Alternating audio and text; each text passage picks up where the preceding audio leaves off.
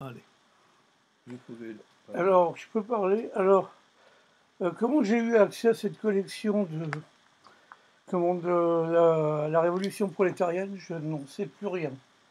Mais avant d'être ici à Rochefort, j'ai travaillé pendant longtemps au marché du livre ancien à Paris, et j'étais spécialisé beaucoup plus que maintenant, entre autres dans l'histoire sociale, dans le mouvement ouvrier, la Révolution russe, le communisme, l'anarchie, etc. Et donc, quand les gens avaient des choses, ils me disaient, tiens, Didier, j'ai ça, ça t'intéresse, et qui me le vendait pas. Et ça, c'était ces numéros de la révolution prolétarienne. Ils étaient reliés ensemble, complètement pourris. C'était dégueulasse. Et c'était vraiment un vieux cartonnage. Et, euh, et puis donc, je les ai déreliés. Et puis, je les ai mis au numéro. J'en avais beaucoup plus avant.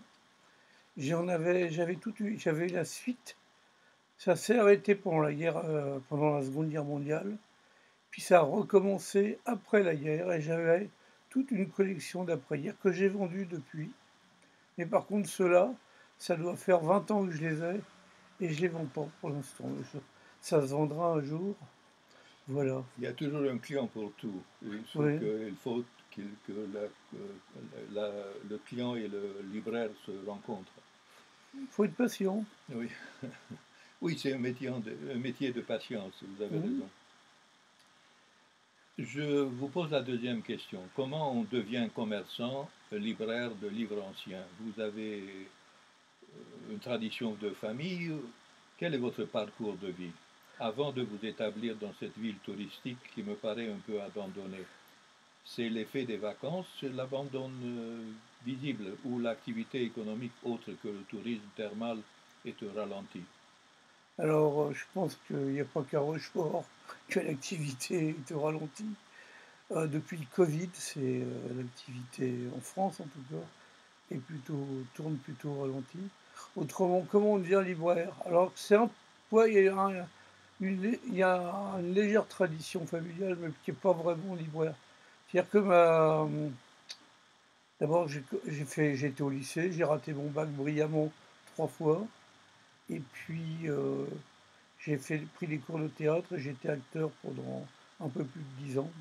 Je travaillais dans des compagnies de théâtre, des petites compagnies de théâtre surtout. Et puis, j'en avais marre de chercher du boulot, et puis je me suis toujours intéressé aux livres, et j'ai toujours aimé lire. Alors, et puis ma mère, qui de formation était couturière, et puis elle avait arrêté de travailler comme ça, elle en avait marre. Et le père d'un copain de, de lycée et d'école, elle est rentrée au Sénat où elle tenait le bureau de tabac du Sénat. À l'époque, on avait le droit de fumer, et elle tenait le bureau de tabac du Sénat. Et puis elle en avait fait un truc, elle aimait bien chiner, il y avait des trucs, des machins. Et elle était dans la chambre de Marie de Médicis, et à la fin, on se serait cru dans une brocante. Donc elle s'est fait virer en 1981, mais elle avait pris goût à chiner, elle cherchait des choses comme ça. Et elle a eu des boîtes sur les quais. Donc ma mère est devenue bouquiniste. Ce qu'elle a fait jusqu'à la fin de sa vie. Elle a fait ça une quinzaine d'années. Après, elle ne pouvait plus bouger. Donc, et puis j'ai mon frère qui est bouquiniste aussi dans les Pyrénées-Atlantiques. Mais on travaille pas du tout de la même manière en fait. Il travaille sur les marchés, il travaille beaucoup plus sur la quantité. Voilà. En plus, on se parle pas. Donc, voilà pour le. Mais autrement, il y avait dans la famille, il n'y avait rien au niveau intellectuel. Chez moi, il y avait des livres, il y avait des poches parce que j'avais des sœurs qui avaient été au lycée avant moi. Mais autrement, il n'y avait pas de tradition culturelle. On ne peut pas dire quand même que vous êtes le premier intello de la famille, ou presque. Ah si, presque. Pas tellement, entre guillemets, mais Mm. non, non, parce que non, non. Puis mes deux sœurs n'étaient pas des imbéciles non plus. Ma sœur aînée travaillait à la Chambre des députés où elle était secrétaire, mais bon, elle était parfaitement bilingue. Et puis ma sœur cadette, les deux étant plus âgées que moi, ma sœur cadette était responsable de la documentation à la maison de à France, à la maison de la radio. Donc non, non, c'est pas. Oui, bah, Mais mes parents n'avaient pas fait d'études, et puis mais bon, ils voulaient que, et bon. Et malheureusement pour eux, il n'y en a aucun qui a eu le bac. On a tous fait des trucs différents. vous m'avez parlé donc de votre passion pour le théâtre. Dites-moi quels sont les rôles, quel genre de théâtre que vous avez joué. Alors, bah, comme le genre de théâtre que j'ai joué, c'est le genre de théâtre quand j'étais embauché. Donc je faisais ce pourquoi j'étais embauché. Donc j'ai jamais joué les rôles de jeune premier vu mon physique. Euh, j'ai joué dans le cadre de l'année du patrimoine. J'ai travaillé avec une compagnie à Pontarlier dans le Jura. Et je faisais entre autres le rôle de Mirabeau. Donc, parce que Mirabeau a été emprisonné à Pontarlier je crois pour des raisons, si je me souviens bien, pour dette. Voilà, mais autrement, je faisais ce qu'on me proposait, en fait. Et puis, les deux derniers rôles que j'ai faits, par contre, ça m'a. Les deux derniers spectacles que j'ai faits, plus exactement, ça, c'était très bien parce qu'en fait, avec une amie qui est d'origine bulgare, et on s'est connus au cours de théâtre. Et elle faisait la mise en scène. On a monté la prose du Transsibérien de Sandras. On en a fait une version. On a fait une version scénique. Et puis, je travaillais avec un ami qui s'appelle Frédéric Révérend, qui est plus connu comme dramaturge. Et, et on avait une compagnie et on a fait la. Oui, oui, ça marche, ça tourne. Et il a fait une adaptation d'un fou littéraire qui s'appelle Berbillier de Terre-Neuve-du-Thym. C'est un fou littéraire très connu dans les fous littéraires. Et, il a fait un énorme bouquin où il dénonce les farfadets. Et moi, là-dedans, je faisais tous les rôles de femmes d'un certain âge. Et Céline Cossimon, la fille de Jean-Roger Cossimon, faisait les rôles de jeunes filles. Voilà. Et ça, c'est les deux derniers spectacles que J'ai pas bien compris pourquoi vous dites que vous aimez, vous êtes passionné par Sandras. Quel était le motif éventuellement qu'on vous pouvez expliquer? Son rare, je l'ai découvert en pension. J'étais j'étais parisien. J'étais dans un des premiers lycées mixtes à Paris, un lycée très libéral. Et puis je foutais rien à l'école. Et puis mes parents me disaient tout le temps, si tu continues, tu vas aller en pension. Et puis à un moment, j'ai dit, bah, je veux y aller. Moi, je croyais que la pension, c'était comme on pouvait sortir, c'était tout un truc. Et je me suis retrouvé alors, j'étais en Allemagne, à Mulhouse, en Alsace, parce que à l'époque, j'avais des amis en Allemagne et je pensais que je pourrais les voir facilement. Je rêvais.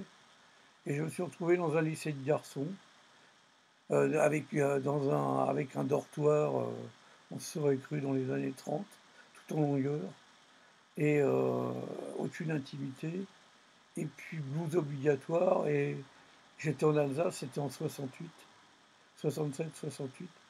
Tout le monde parlait en alsacien, les gens parlaient entre eux en alsacien, et on était 4-5 étrangers, on parlait pas l'alsacien. Des Français, mais étrangers par Mais rapport français à. étrangers.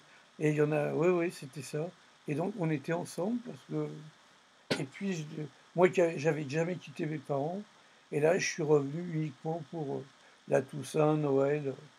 Donc, alors j'ai eu de la chance parce que il y a eu mai 68 et ma sœur cadette s'est mariée et je suis rentré pour le mariage. Et le lendemain il y avait la grève générale. Et il n'y avait plus de train. Oui. Donc je suis resté à Paris, puis je sortais, on découvrait le monde, j'étais avec des copains, c'était fabuleux. Et pendant ce temps-là, mon lycée en Alsace est resté ouvert. C'est un des rares lycées qui n'a pas fermé. Donc c'était. Alors que j'ai passé un an là-bas, puis je suis revenu après dans le lycée où j'étais, j'ai commencé à redoubler, à retripler, etc. J'ai eu une scolarité, on va dire, très heurtée. Vous étiez donc à Paris en 68. J'étais à Paris en Et, 60. et qu'est-ce que vous avez des souvenirs? Vous avez vu quelque chose qui vous a marqué? Une Non, mais scène ou quelque chose? j'avais 14 ans, donc j'étais un peu. Mais ce qui était fabuleux, j'ai jamais aussi peu marché dans Paris. On faisait du stop pour 50 mètres, tout le monde s'arrêtait. J'ai pas vu les manifs, je les ai vus à la télévision ou dans les journaux, mais c'était la première fois que je pouvais sortir le soir comme ça. Je sortais avec des copains. On allait, il y avait des concerts gratuits il y avait des concerts gratuits à la faculté d'Assas, qui est traditionnellement une faculté très à droite. Donc c'était, j'ai un souvenir de respiration en fait, parce que c'était terrible la pension. Et puis en plus j'avais un correspondant donc que je sortais le week-end, qui était pédophile, donc il fallait que je l'évite, etc. Donc c'était terrible. Et donc je suis revenu après, ouais, c'était mieux.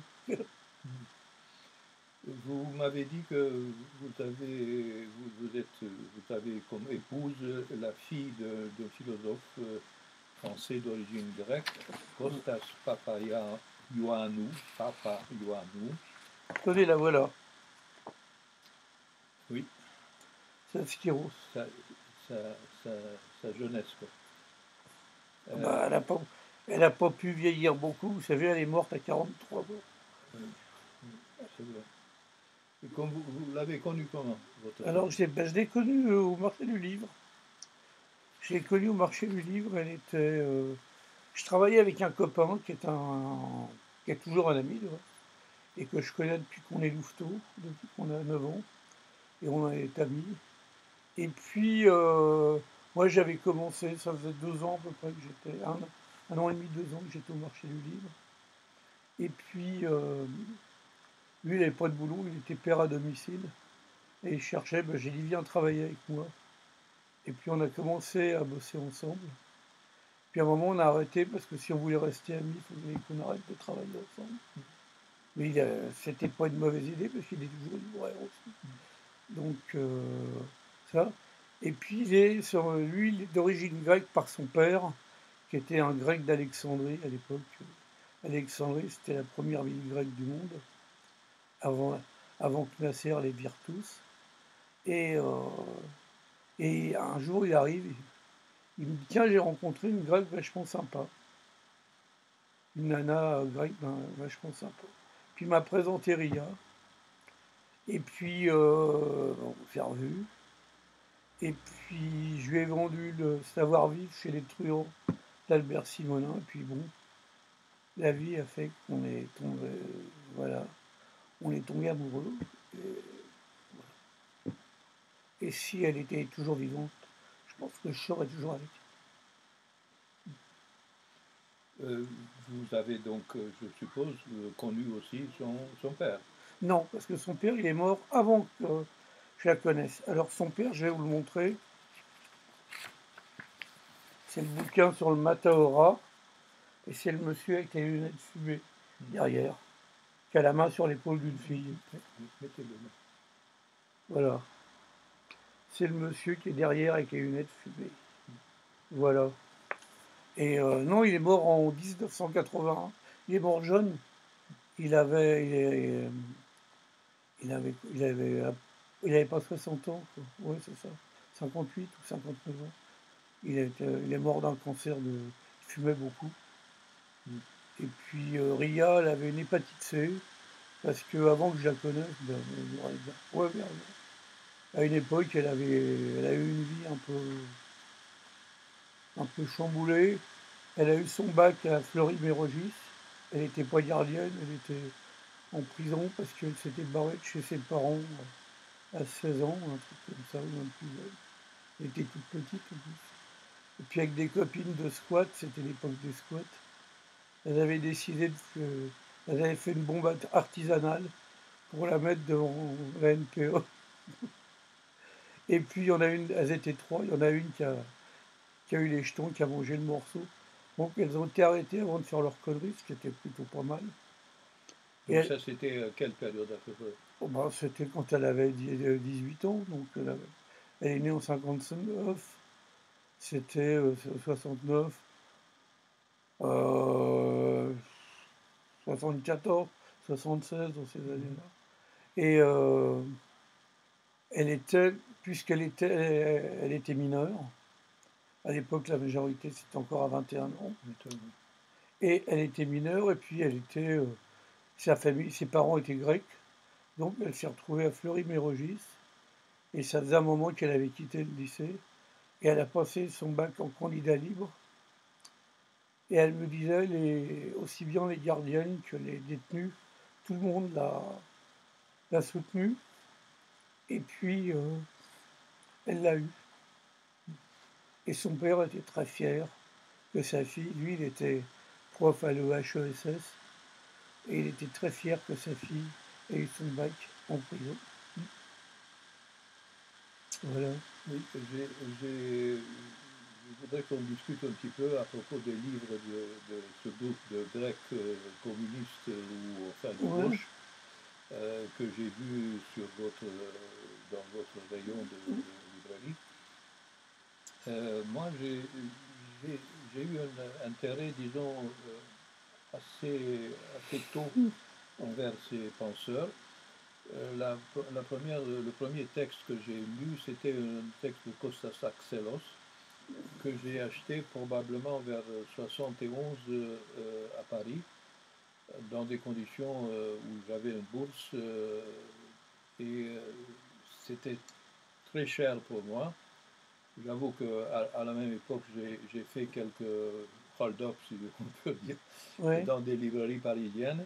Par exemple, pour m'acheter un livre de Mircea Eliade, l'histoire des religions, que j'ai volé dans une librairie quelque part à côté de l'université à Paris, de la Paris Sorbonne, avec une méthode de vol que j'ai appris en regardant une autre personne juste avant moi c'était en printemps, et avait un par-dessus avec un poche à l'intérieur. Et donc il faisait semblant de feuilleter, et puis il glissait le livre. Bon, je n'avais pas un costume préparé pour ça, mais j'ai quand même réussi à sortir sans... Parce qu'à l'époque, il n'y avait pas d'alerte ni de codes et autres machins sur les livres. Donc, je me suis manifesté comme lecteur de Axelos, et puis j'ai essayé dans le temps, à l'occasion de divers voyages que j'ai fait toujours comme boursier à Paris, j'ai essayé de continuer à m'informer parce que j'aimais ce genre de pensée sociale qui était très différente quand même par rapport à la soi-disant pensée sociale communiste telle qu'elle se manifestait en Roumanie. En réalité, en Roumanie, évidemment, il y avait un intérêt pour le prolétariat, c'est-à-dire il y avait une sorte de pratique de numerus clausus en faveur des fils de paysans ou respectivement de travailleurs. Et moi, je ne bénéficiais pas de ce privilège puisque j'étais le fils d'un médecin. Mais j'avais toujours, probablement sous l'influence de ma mère, qui était très sociale comme dans sa pensée, était critique, j'avais la curiosité pour la pensée non dogmatique, hétérodoxe de ces gens-là. Et je voudrais, si vous avez quelque chose à me dire, me raconter à propos de vos lectures, parce que je suppose que dans certains cas, vous avez quand même le temps de feuilleter au moins quelques-uns des livres. J'en ai lu quelques-uns. En fait, moi, quand j'avais 20 ans, même avant, j'étais gauchiste, et j'étais dans un groupe, j'étais à la gauche prolétarienne. C'était ce qu'on appelait les Sprintex. Et puis, C'est quoi ça? On les appelait les Spontex parce que c'était les spontanéistes. Ah, les spontanés, d'accord. Voilà, mais bon. Mao, je pense qu'on était des Mao en peau de lapin. Je pense qu'on aurait été en Chine, on aurait été envoyé au goulag Ça, il y a de fortes chances, oui. dans Vous les avez raison. dans les 3 premières secondes. Donc, en fait, j'étais là, puis je faisais partie d'un groupe, j'ai même fait partie des groupes un peu, on a attaqué, on a occupé on a attaqué la prison de la Santé, il y avait Michel Lebris qui était dedans, fait sauter aussi, fait brûler des cars de flics devant le Panthéon à l'époque. Il y avait un commissariat devant le Panthéon. Et puis ça s'est arrêté pour moi parce qu'en fait on a occupé le Sacré-Cœur. C'était à l'anniversaire de la commune. Et en sautant des grilles, je me suis cassé le talon.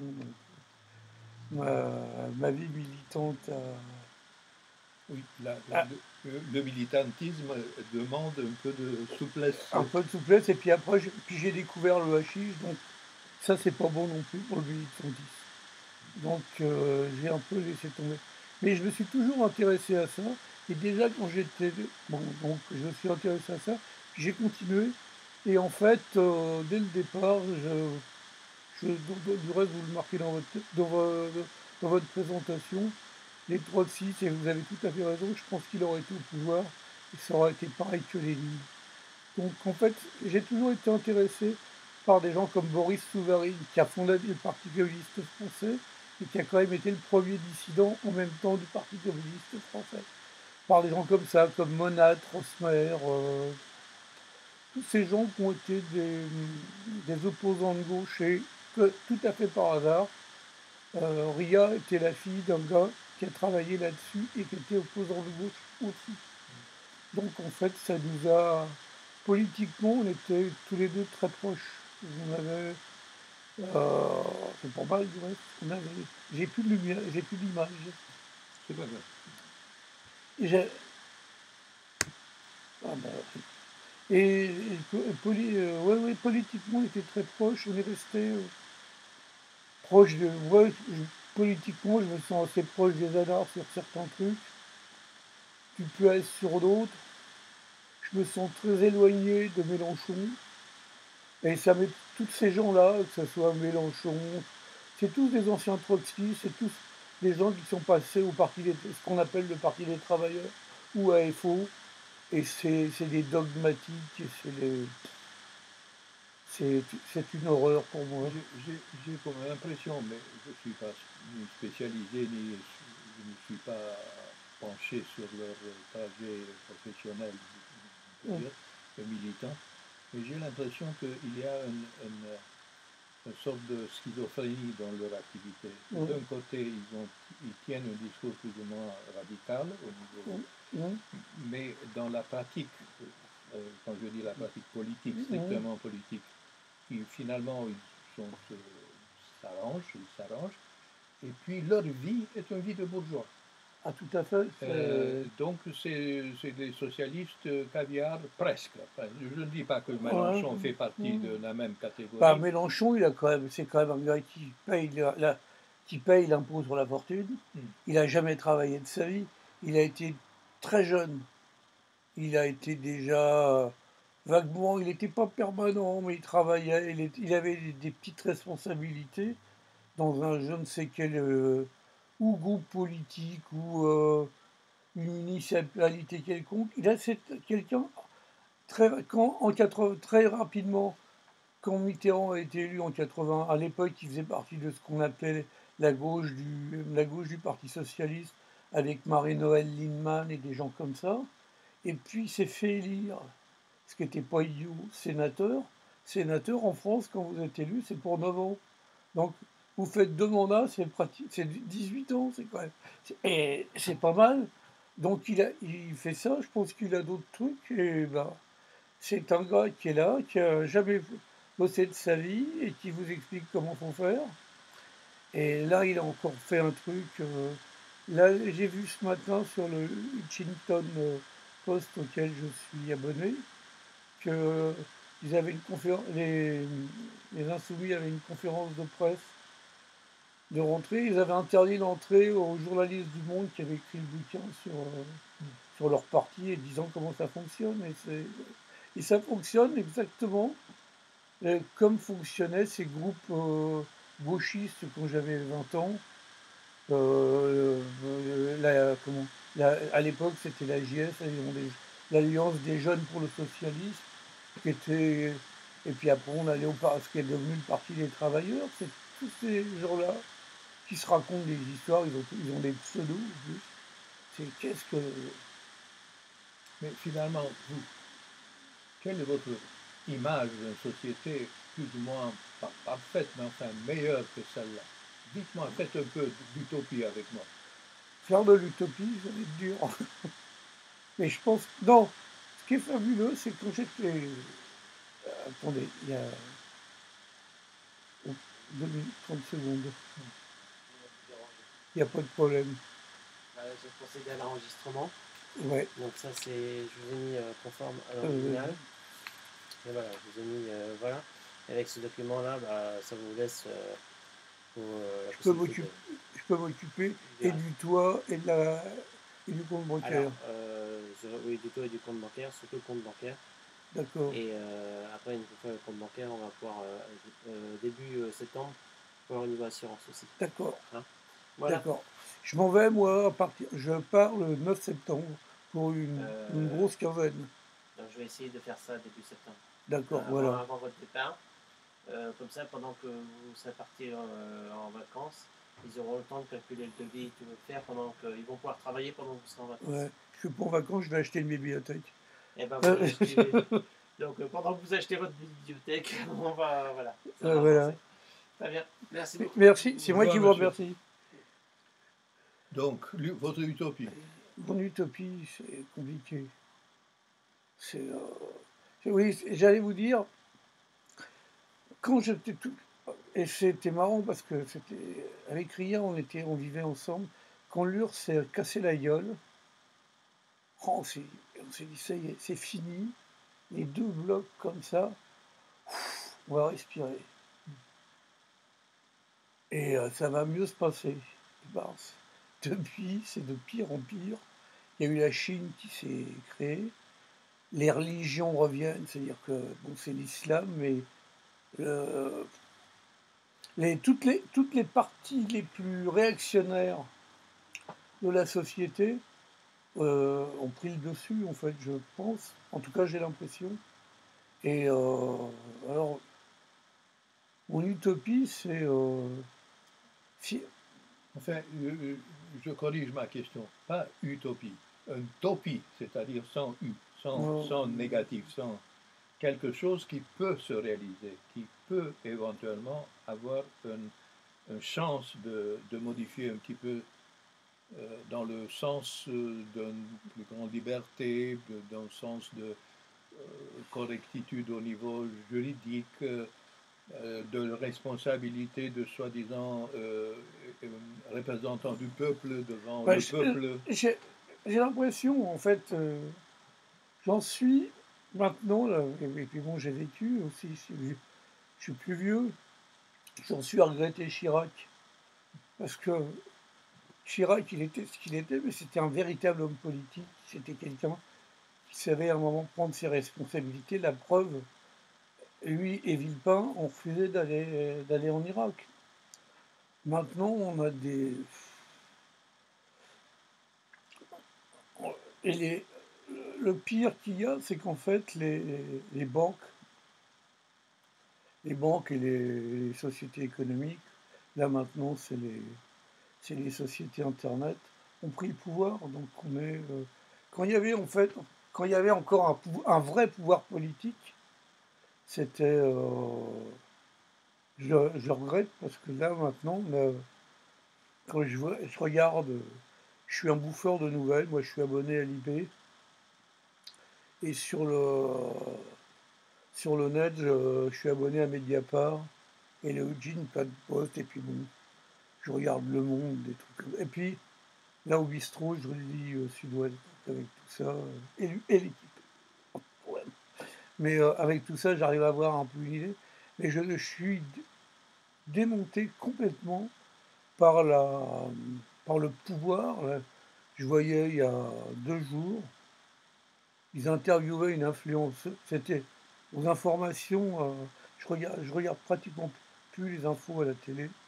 Puis là, par hasard, je me suis retrouvé en train de regarder les infos sur la 2, qui est pourtant pas la chaîne la pire. Et alors ils faisaient un truc sur Dubaï, les gens qui s'installent à Dubaï. Les gens qui s'installer à Dubaï, c'est déjà un truc. Bon. Et ils interviewaient une influenceuse. Alors, donc ils montraient, si j'ai bien compris, elle vend elle se promène devant l'écran avec des parfums et des tenues. Et ça lui, il y a des pubs et tout. Et alors elle était là, elle racontait que la vie à Dubaï était fabuleuse. Moi j'ai changé une fois d'avion à Dubaï.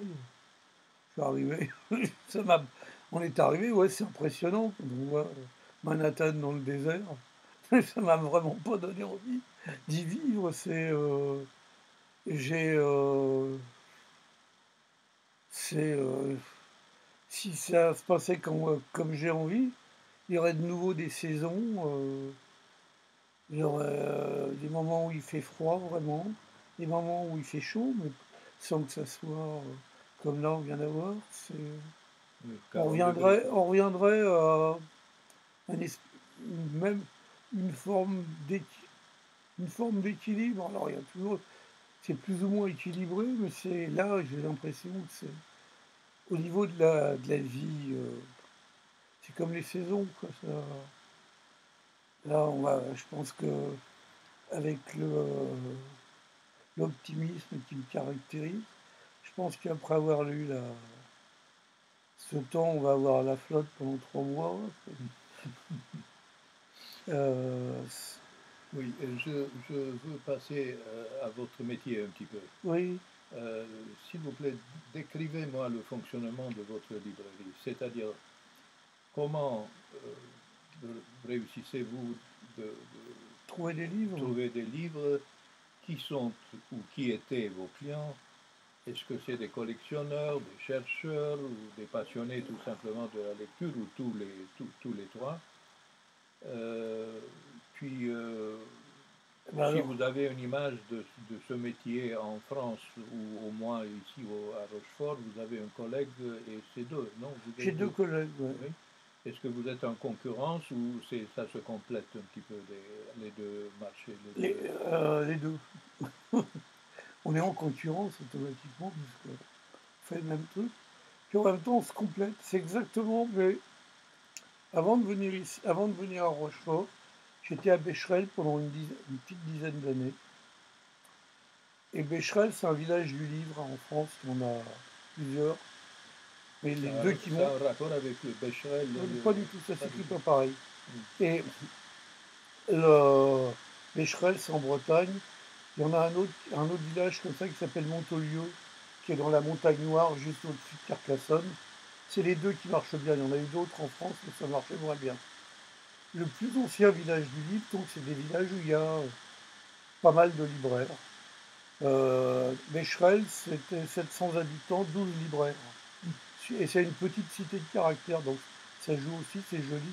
Montolieu, c'est aussi pareil. Il y a une ancienne corderie royale comme à Rochefort. Et puis, donc il y a ça, et le premier village du livre a été fondé dans les années 50, je crois, et c'est dans un village au Pays de Galles. Voilà. Et ça marchait bien parce que c'est le même principe que les souks. Dans les souks, il y a la rue des boulangers, la rue des bijoutiers, et les gens, et ça crée une émulation, et en même temps, même la concurrence. Alors, on était 12 libraires, mais on ne faisait pas tous de la même manière. On ne vendait pas tous exactement les mêmes bouquins. Et voilà. Alors moi j'ai commencé pour En fait, c'est des touristes qui viennent dans ces villages. Parce que alors les habitants, à un certain moment, sont saturés. oui Je ne alors parlerai pas de livres. bah, d'abord les habitants, on avait assez peu d'habitants comme clients. Oui. Moi j'avais la chance, j'en avais une qui était plutôt une bonne cliente. Et Elle m'achetait pas souvent des choses, mais elle m'achetait des choses un peu chères Mmh. et un peu rares. Donc c'était, mais donc j'ai commencé au marché du livre à Paris et puis où on était, à l'époque, ça marchait très bien, on était plus de 60 à déballer tous les week-ends. Ça marche toutes les semaines, pendant 52 semaines par an. Et puis après, donc Béchel est ici. Alors les livres, je les trouve partout. Aussi bien chez les collègues, des trucs qui les intéressent moins et moi qui m'intéressent. Chez des particuliers quand on me propose d'aller en acheter, en brocante, en salle des ventes.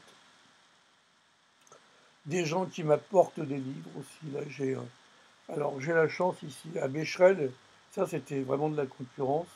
Et là, par exemple ici, alors ici, je vais en brocante là. Dimanche, j'en ai repéré une, pas trop loin. Donc vu que je conduis pas, j'y vais avec mon scooter. Et puis j'ai un monsieur qui vient de temps en temps, qui m'apporte des livres, des choses complètement différentes et qui en demande pas trop cher. Donc voilà. Et puis alors qu'est-ce que je vends? Dès le départ, j'ai décidé que je voulais être spécialisé. Et alors je connaissais rien. Alors je me suis spécialisé dans des sujets qui m'intéressaient. Donc je connaissais pas mal de spectacles, parce que j'avais été acteur, et je voulais pas faire des mémoires d'acteur. Donc j'ai fait un rayon spectacle, mais j'ai surtout eu un rayon sur le cirque, la prestidigitation, les marionnettes. Je faisais tous les ans, tous les 3 ans à l'époque, quand ça marchait bien, avant le Covid. Je faisais les rencontres internationales de la marionnette à Charleville-Mézières. C'est l'équivalent du Festival d'Avignon pour les marionnettes, mais ça avait lieu tous les 3 ans, maintenant c'est tous les 2 ans. Et je travaillais bien là-bas. Et puis, donc, et sur le théâtre, c'est plus des bouquins que j'ai sur la mise en scène ou des choses comme, ou la scénographie, ce genre de choses. Et j'ai pas de bouquins sur le. Autrement, j'ai un gros rayon donc sur l'histoire sociale, le mouvement ouvrier, donc la guerre d'Espagne, l'anarchie, le syndicalisme, etc. Parce que ça m'intéressait, et puis que j'ai été, oui, puis que je suis resté dedans, puis Ria, ma femme, donc, était aussi là-dessus. Donc quand on s'est connus, je me suis séparé d'Antoine, parce que c'était à l'époque. Puis elle, à l'époque, elle travaillait chez Champs Libre, mais à moitié comme correctrice. Et puis elle voulait faire autre chose, et puis finalement on a travaillé ensemble. Et puis elle a déclaré la boutique à son nom, et moi j'étais ce qu'on appelle conjoint collaborateur. Donc voilà. Et puis donc Ça veut dire que vous aviez quand même un salaire. non, ça veut dire que j'étais couvert pour la sécurité Ah sociale. oui, d'accord. C'est tout.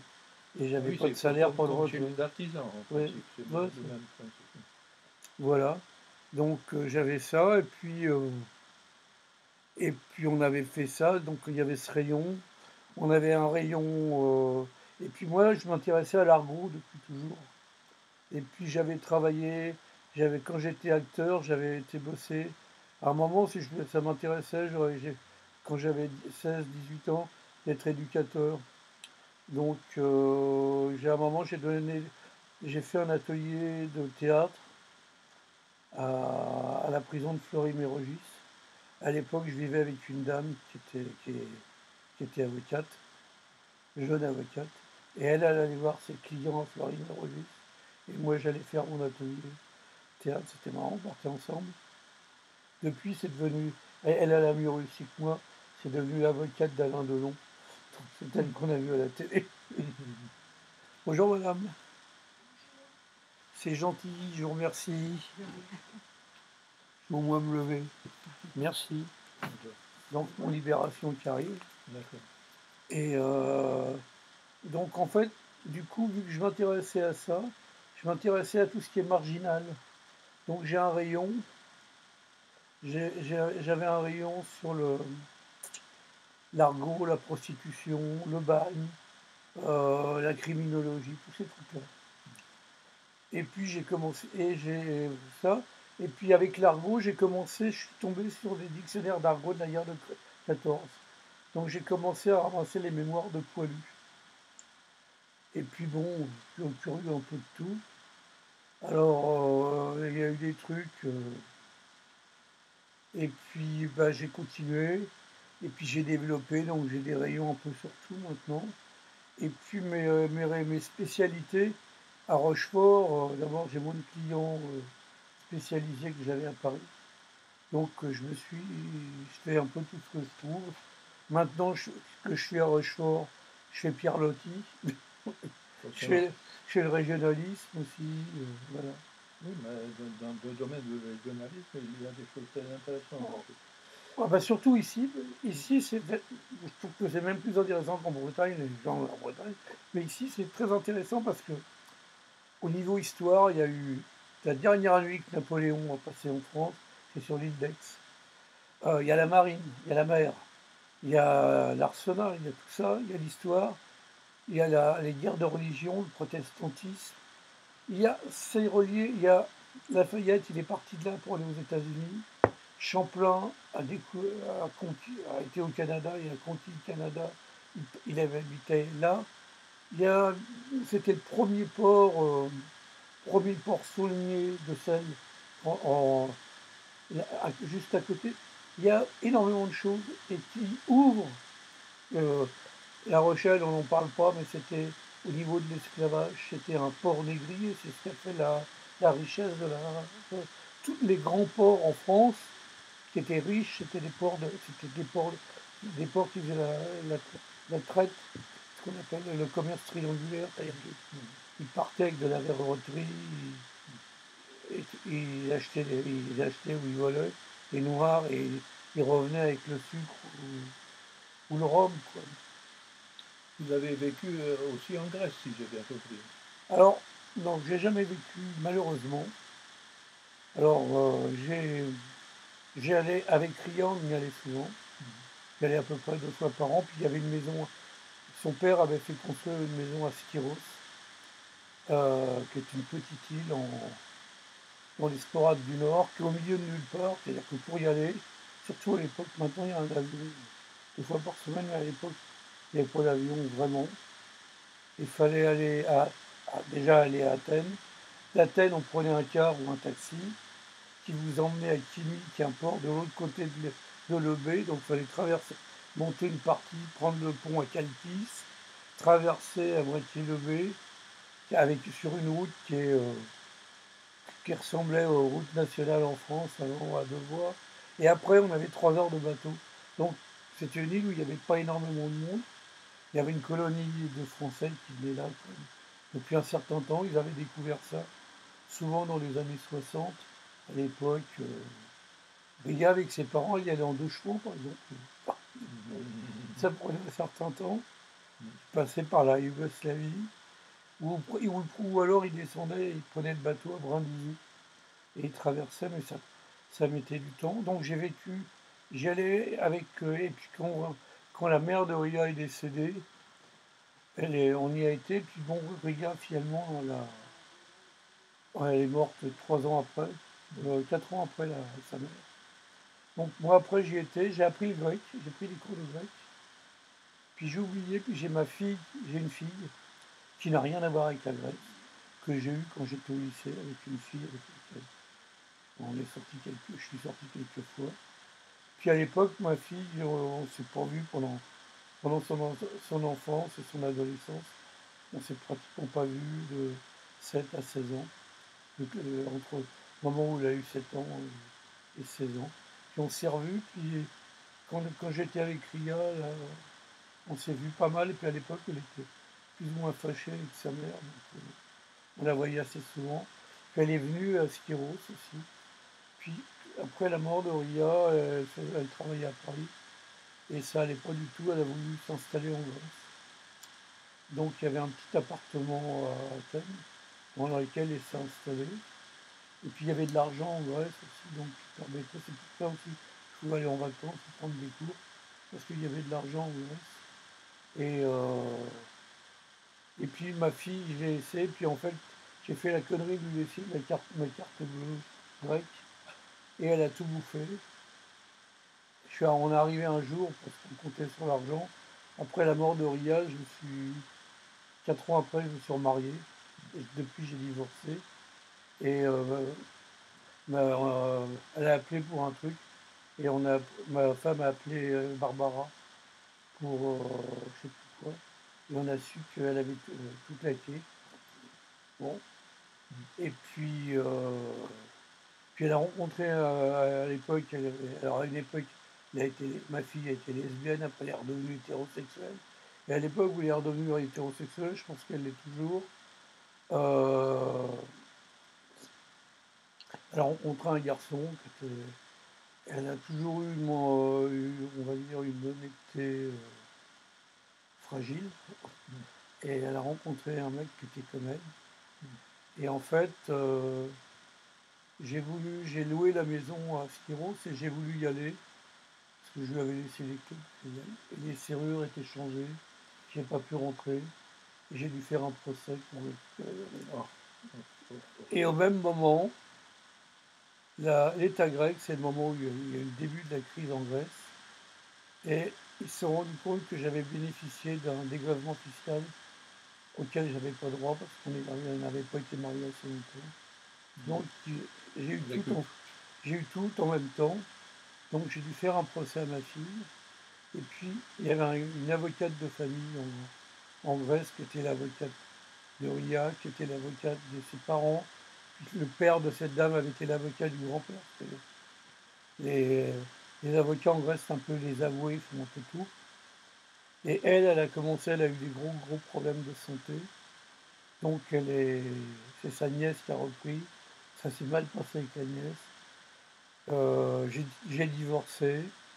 Donc il a fallu que je trouve un avocat. Par le libraire grec de Paris, j'ai trouvé un avocat. Mais on échangeait en anglais, donc on s'écrivait. J'arrive à écrire l'anglais, mais je le parle mal. Lui, c'est un peu pareil. Et le procès a duré 7 ans. Ça m'a coûté beaucoup d'argent.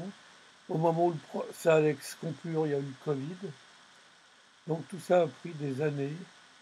Et puis bon, j'avais besoin d'argent, donc je suis retourné à Skiros.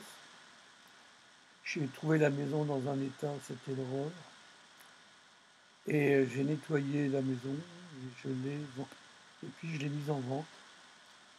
Et puis j'ai eu de la chance, la maison a eu de la chance, parce que la personne qui l'a achetée, c'est une avocate française, qui a vraiment de l'argent, qui elle a beaucoup d'argent.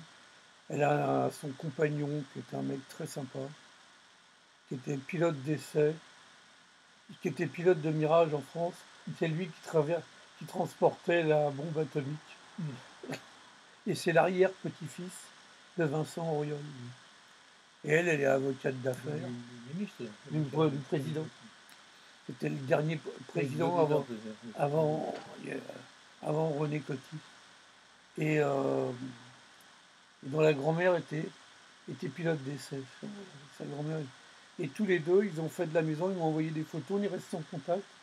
Et ils ont fait exactement le type de travaux que j'aurais fait avec Ria si elle était restée vivante. Donc en fait, la maison, elle continue à vivre son destin de maison.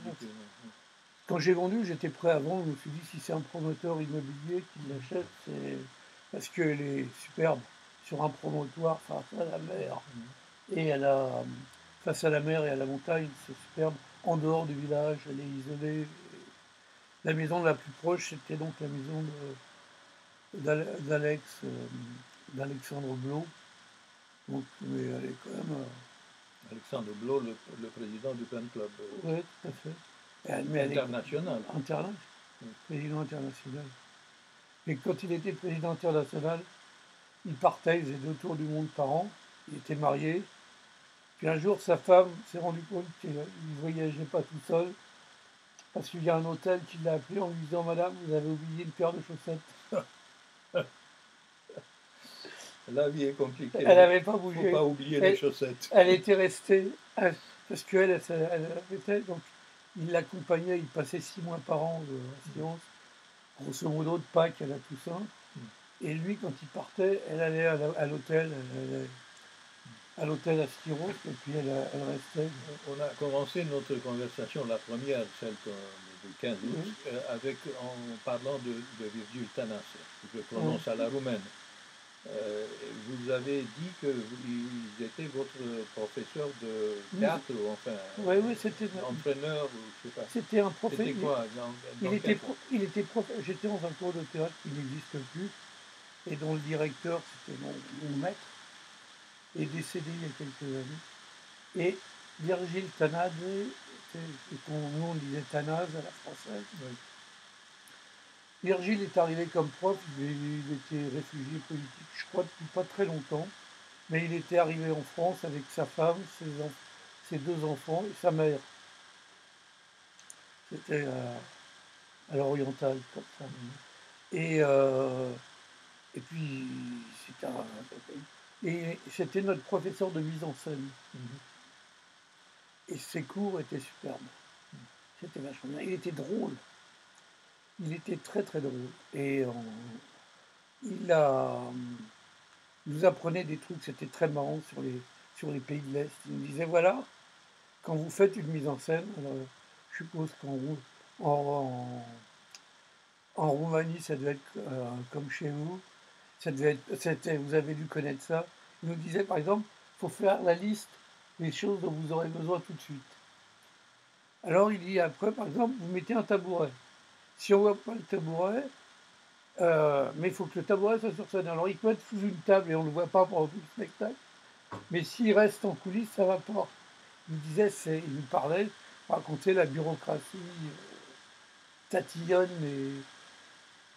et stalinienne qu'il y avait. C'était le Ceausescu. C'était il était très drôle. Et c'était vraiment bien. Parce qu'en plus, alors, que ce soit en Roumanie, en Bulgarie, dans tous ces pays-là, il y avait une formation pour les métiers artistiques qu'il n'y avait pas en France. Il y avait, c'est pas un hasard s'il y avait Grotowski, s'il y avait des gens comme ça, en Pologne, Cantor. Il y avait des écoles de métiers artistiques, conservatoires, même en Bulgarie.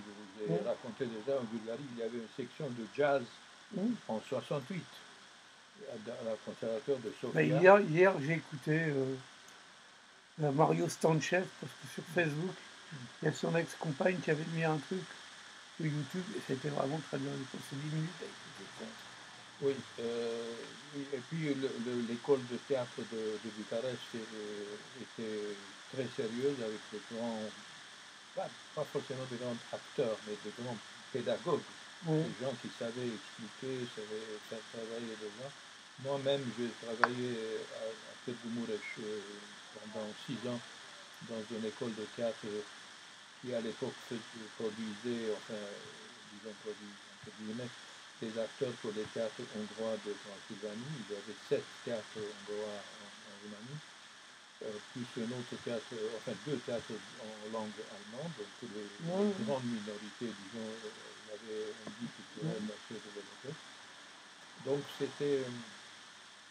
c'était sérieux. Et évidemment, il y avait toujours la limite apparente de la censure, de l'idéologie, etc. Mais à l'intérieur, en dépit des apparences, il y avait toujours une marge de liberté qui était cultivée justement par certains, la majeure partie des profs d'université, en dehors du théâtre aussi. Donc, et c'est marrant parce que dans cette école, il y avait on a eu une autre professeure roumaine qui s'appelait Mirela Nedelko, et qui était, elle, ça faisait longtemps qu'elle était en France, son mari était français, et elle faisait partie de l'équipe de recherche théâtrale du CNRS.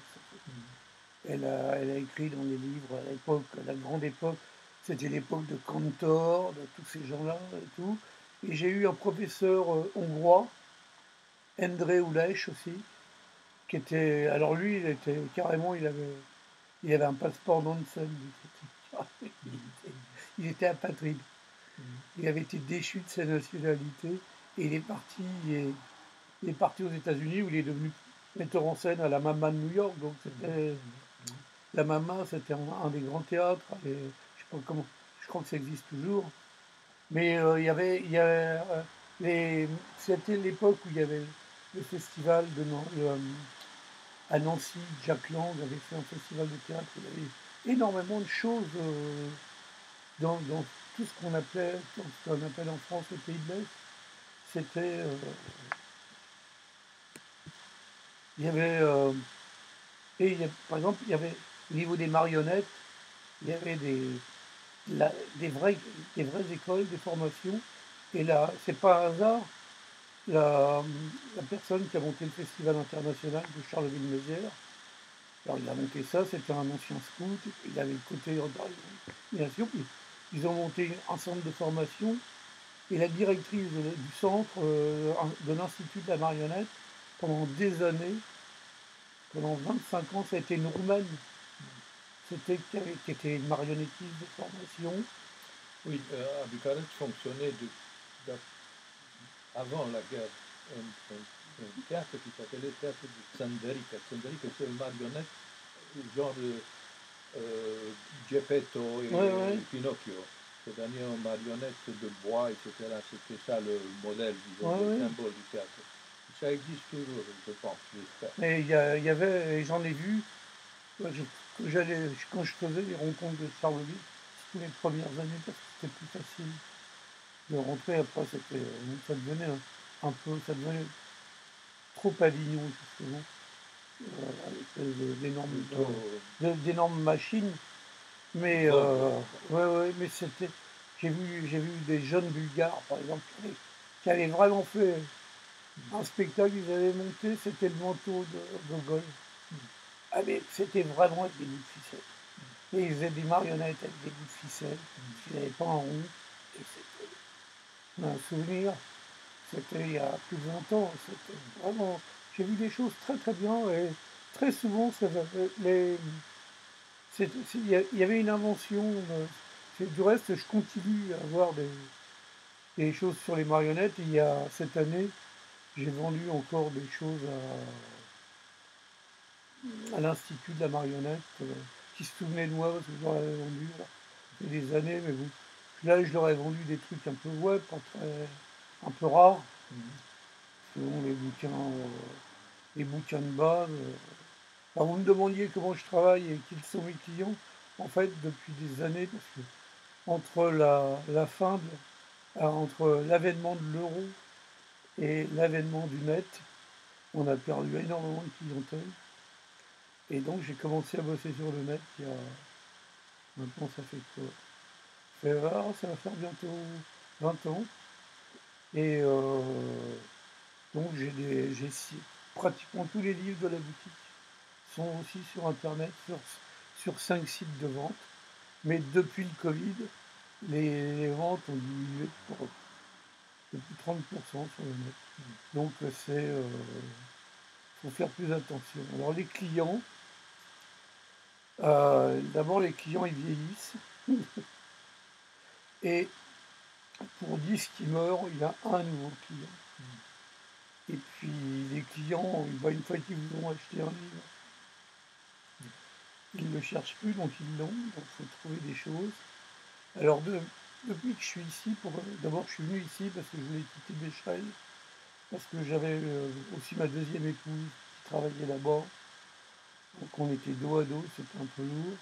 Et puis l'ambiance du village n'était pas très agréable avec mes collègues.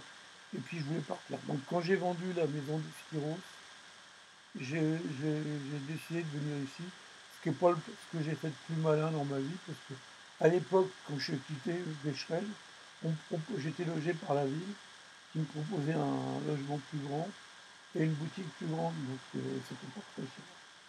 Donc j'étais un peu... Ouais, sur le fond, j'étais un peu con. Mais bon, je suis venu ici parce que j'avais des amis qui sont imprimeurs, j'étais venu voir avant le Covid. Je suis venu, puis le lendemain, il n'y avait plus de train. Mais je suis venu voir, puis je connaissais pas du tout le coin, j'ai trouvé ça sympa. À l'époque, il n'y avait qu'un libraire, qui était celui à côté, qui est rue Touffer.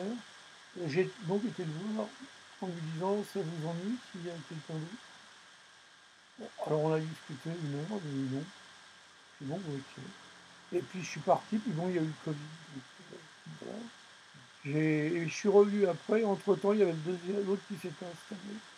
Et alors, j'ai été lui demander aussi. J'ai été voir le premier en lui disant bah, finalement je viens après le Covid. Et l'autre, au départ, il disait rien, mais il faisait la gueule. Et puis finalement, on s'entend pas trop mal. Alors que les deux, le premier et l'autre, s'entendent pas du tout.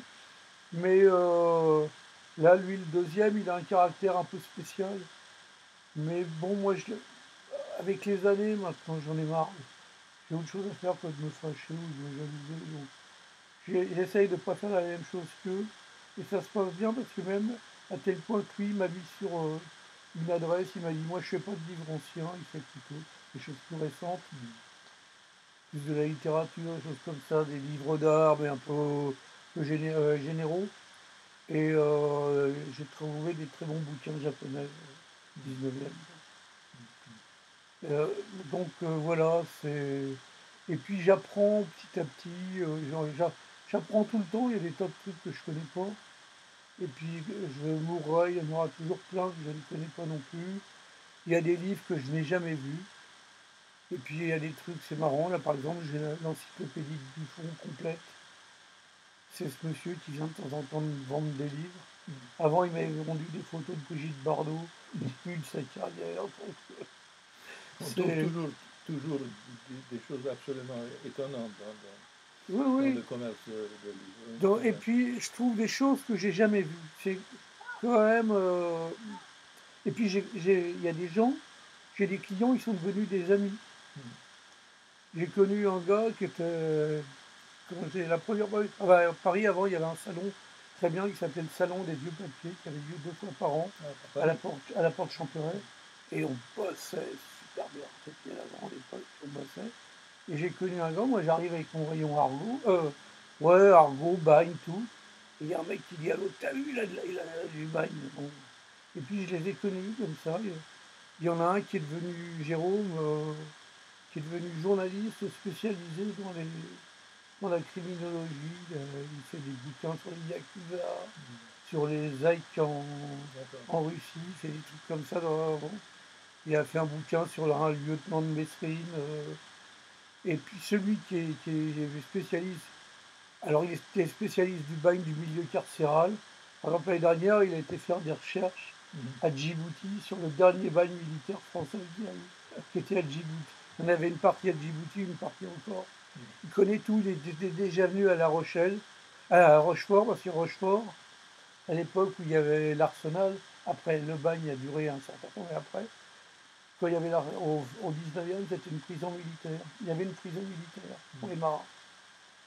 Et il a fait des recherches dans les archives. Et il a trouvé des photos. Personne ne s'en occupe de ça. Dans les archives, il y a des photos à l'époque, avant que Bertillon fasse les photos. Il prenait les gars en photo. Alors, des gars daguerréotypes ou presque. Presque. Et il les prenait en photo pour avoir un truc. Et alors, il me dit, les gars, pour pas qu'on les reconnaisse, ils faisaient des grimaces. C'est quand même. Et il me dit, il y a ça. J'en ai parlé avec quelqu'un, quelqu'un des archives et puis avec la conseillère municipale chargée de la culture. Mais bon, j'ai l'affiche là des Demoiselles de Rochefort et j'ai vu personne de la mairie pour ça. Hein. C'est l'affiche originale. Hein. Donc c'est toujours le problème, mais bon, en Bretagne, c'est pareil partout. Donc, ça. Mais autrement, ouais, j'ai des clients qui sont devenus. Je connais toujours mon premier client. Mon premier client, c'est Monsieur Vivier. Et il a fini sa carrière. Il était directeur de du musée social, de l'Institut social du travail. Et c'est quelqu'un qui est plutôt, vous voyez, chrétien social.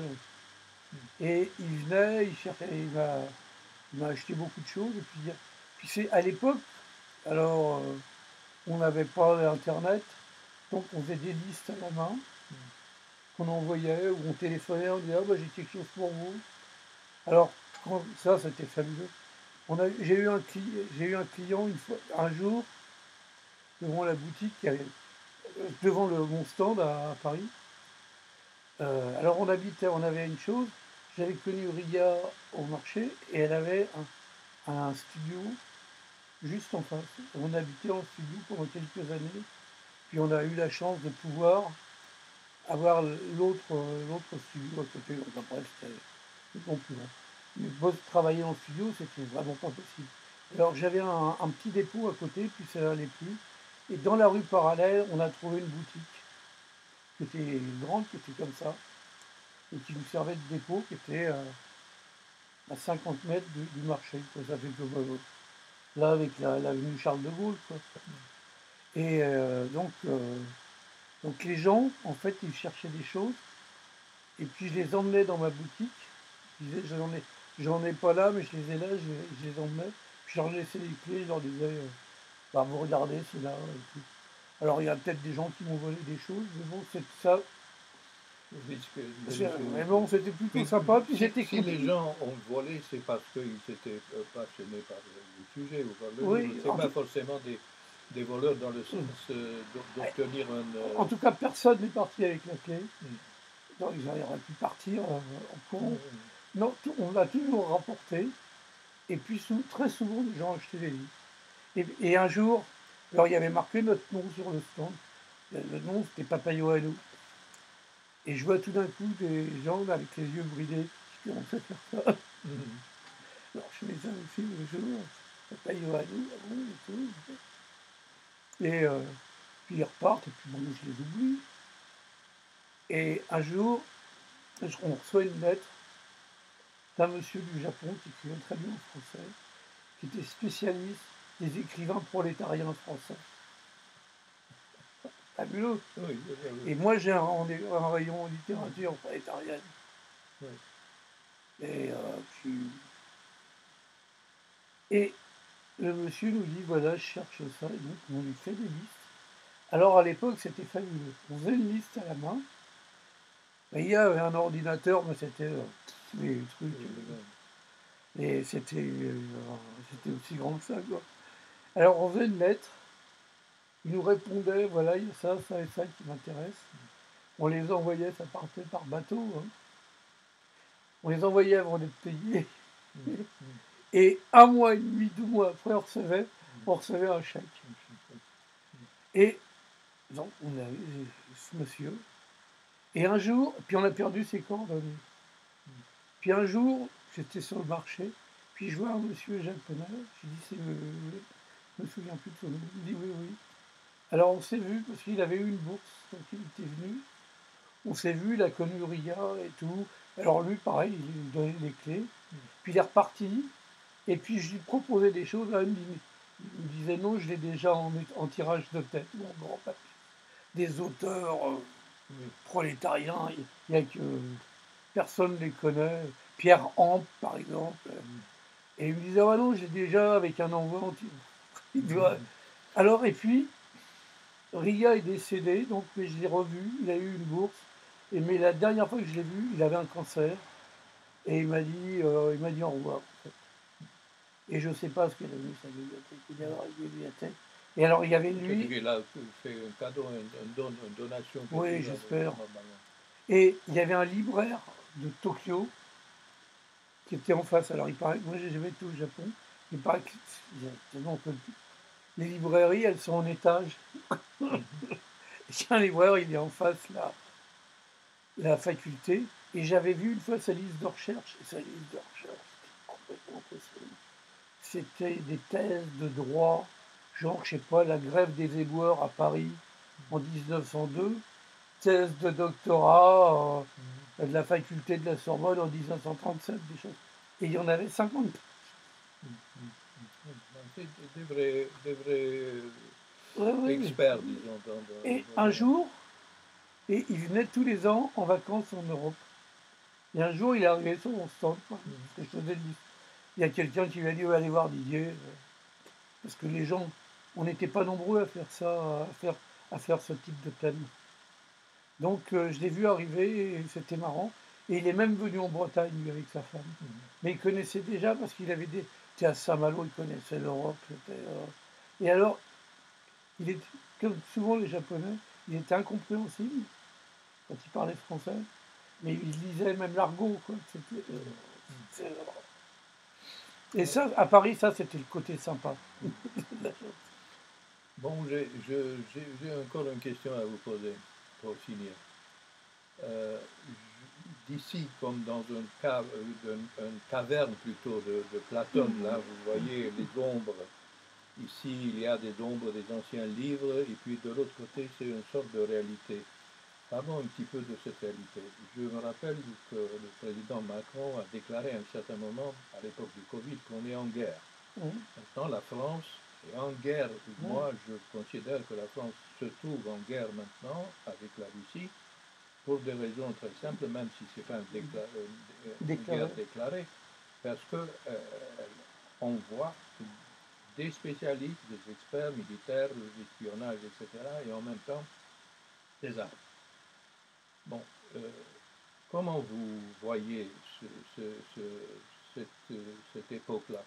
Qu'est-ce que vous pensez? Est-ce qu'on va devant une troisième ou cinquième guerre mondiale ou ça va se tasser parce qu'en réalité tout ça c'est de gesticulation, ce qui est mon impression, plutôt une gesticulation en faveur des commerçants d'armes qui veulent renouveler le stock?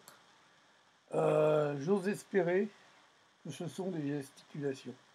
Alors, côté américain, c'est un, ça pourrait être un marchand de fripe au plus, c'est pareil. Il fonctionne pareil, c'est une grande gueule. On le voit, il est comme ça. J'avais vu une fois à la télé, il y a longtemps, avant même qu'il soit président, c'est un morceau de son émission de télé-réalité qu'il avait, où il disait non, vous êtes nuls, ça repartez. On est déjà. Côté russe, c'est déjà plus dur parce que c'est quand même un mec qui était responsable du FSD à Saint-Pétersbourg. C'est déjà un militaire. Mais je pense qu'ils n'ont pas réellement intérêt à. Alors je pense que de plus en plus le pouvoir mondial, c'est aux mains des banques et des commerçants. Donc c'est des marchands d'armes.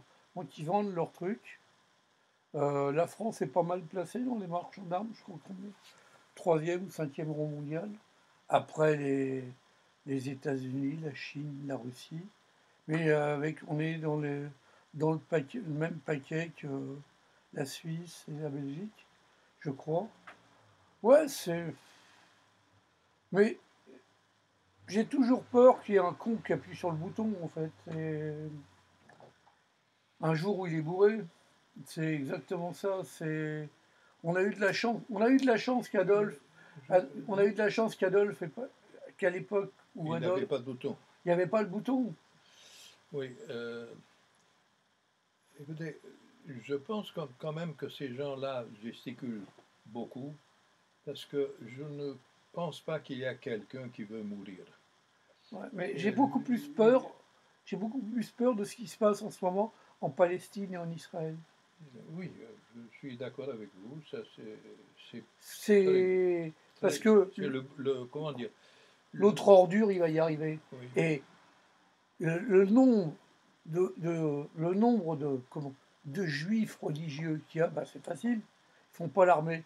C'est pareil, je voyais en Grèce, en France, il y a une crise des vocations. Les curés, il n'y en a plus. En Grèce, ils sont payés par l'État. Eh ben, il n'y a pas de problème, il y a des pubs partout. Sur une île comme Skiros, il y en a au moins 4, 5000 habitants, l'hiver. Il y a au moins 4 pubs. Ils sont payés. En Israël, ils ont plein d'avantages et ils peuvent faire ce qu'ils veulent. En plus, actuellement, on leur donne tout. Ils sont généralement fachos parce que c'est vraiment. oui, une pensée de type fasciste. Oui. Et, et ça me fait. J'ai beaucoup plus peur. Et j'ai beaucoup plus peur des. Tout ce qui est religieux me fait beaucoup plus peur. D'autant plus, si je me permets, c'est que ces religieux d'Israël sont en fait en attente de Messie. Oui. Donc la Messie vient avec la fin du monde. C'est pas, la Messie n'apparaît pas avant ou juste avant. Donc si on prend au pied de la lettre leur pensée, eh bien c'est plus on avance vers un état de crise, plus la fin du monde est proche, plus l'arrivée du Messie est proche, Et donc, c'est bien du point de vue de la religion. Oui, Il y a un alors, problème de... et puis, en plus, la fois, je lisais un truc, il y avait plein de gens qui n'étaient pas d'accord, mais il y avait un mec sur Facebook qui avait fait un long truc, un long développement en disant que, bon, ok, Israël, Netanyahou, etc., les ministres et tout. Mais il dit, côté palestinien, il dit, les Palestiniens, depuis le départ, n'ont jamais été consultés. Les organismes qui les représentent, au Oui. départ, en 1948, c'était les organismes qui les représentaient étaient désignés par les Anglais ou les puissances étrangères. Après, c'était Nasser et la Jordanie, mais toujours pris par eux. Après, il y a eu, et c'est que des choses et des gens qui les ont représentés, mais on leur a jamais demandé leur avis. Jusqu'au moment où la seule fois où ils ont voté, et ils en avaient marre de la concussion, de tout ça, etc., l'autorité palestinienne est totalement pourrie, ben ils ont voté ce que nous on a peur ici, qui votent pour le Rassemblement national, ben eux ils ont voté pour le Hamas, qui est le même principe, hein, c'est les seuls qui s'occupaient d'eux, qui donnaient des soins, etc., c'était le Hamas. Ben voilà. Et Oui, en parenthèse, je n'ai jamais compris cette action de Hamas et j'ai comme un sentiment comme ça, j'ai pas aucun argument rationnel, que en fait c'était pas le Hamas, c'était comment dire, false flag. C'est une action avec drapeau étranger.